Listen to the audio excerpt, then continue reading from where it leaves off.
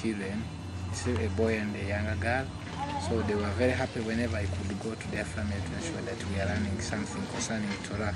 And even more especially, I would ask them questions concerning Judaism, and which they could actually answer me. Then aftermath, I would come back and then teach my fellow youth. So in 1998, Uri realized that it is actually a good project. So he made sure that we have to continue with the research about Judaism. You know, Uri was already a teacher, and so he was earning. So he promised he could, by the time, help the youth with some food or money for food, then as well as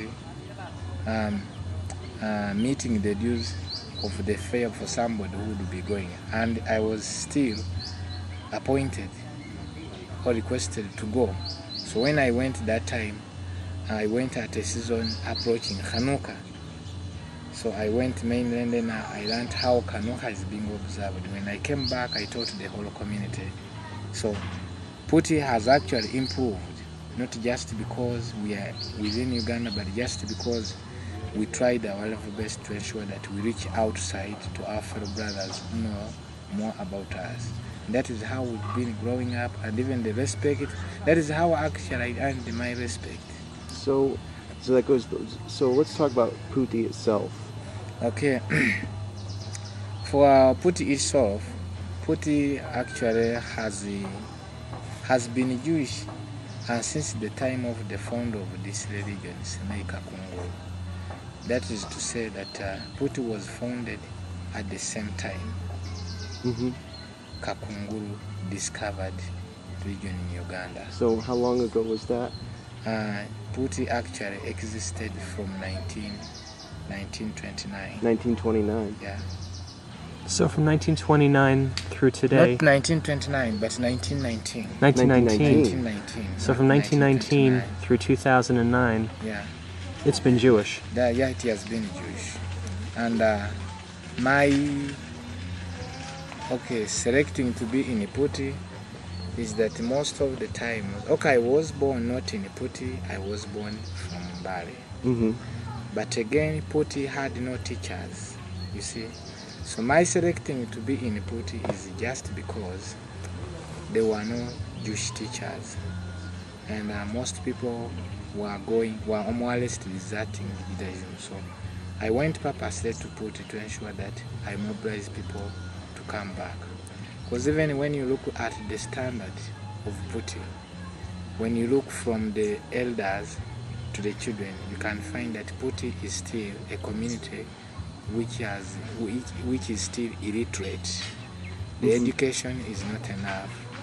You see, I think this is it might be to many reasons, but actually my aim was to go and help ensure that I bring back those people, not really to think that maybe we've thrown them away or no one is bothering about them. So I was just trying to avoid something like they should not have an excuse that we don't have a teacher.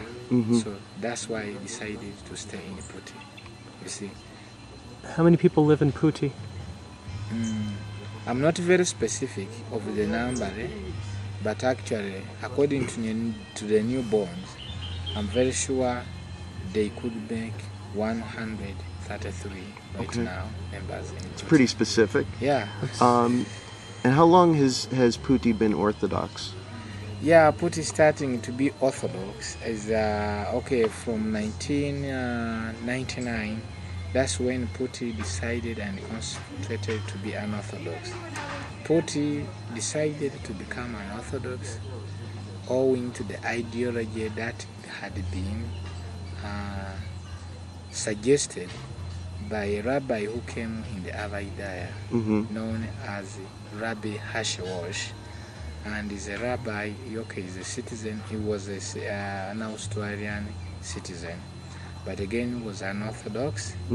That rabbi is one who came and taught the differences in Judaism, like concerning the sects, to say the Orthodox, how the observances go on, the Orthodox, the Conservative, and then the Reform, and what have you.